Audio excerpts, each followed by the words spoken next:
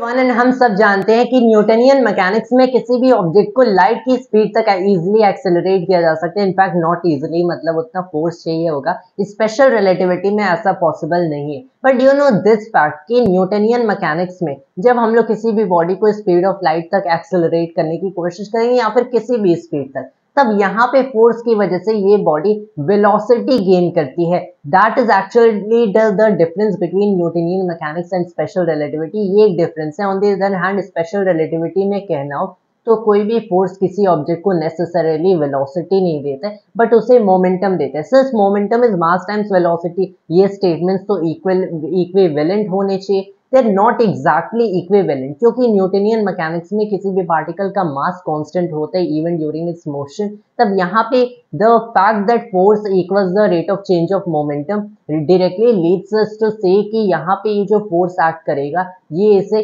और velocity increase करेगा इस ऑब्जेक्ट की। लेकिन स्पेशल रिलेटिविटी में वेलोसिटी के साथ इसका मास भी इंक्रीज करता है। सो इनका overall product of the relativistic mass and the velocity, that is momentum, यहाँ पे फोर्स की वजह से इंक्रीज करता है, क्योंकि मास एंड वेलोसिटी दोनों इंक्रीज करे। So this is one basic difference between Newtonian and relativistic ideas, कि यहाँ पे न्यूटनियन में कोई भी ऑब्जेक्ट सिर्फ वेलोसिटी गेन करेगा फोर्स की वजह से। On the other hand relativistic mechanics में ये ऑब्जेक्ट वेलोसिटी की बजाय और रादर इवन वेलोसिटी गेन कर सकता है, बट ओवरऑल कहना हो this actually gains a linear momentum.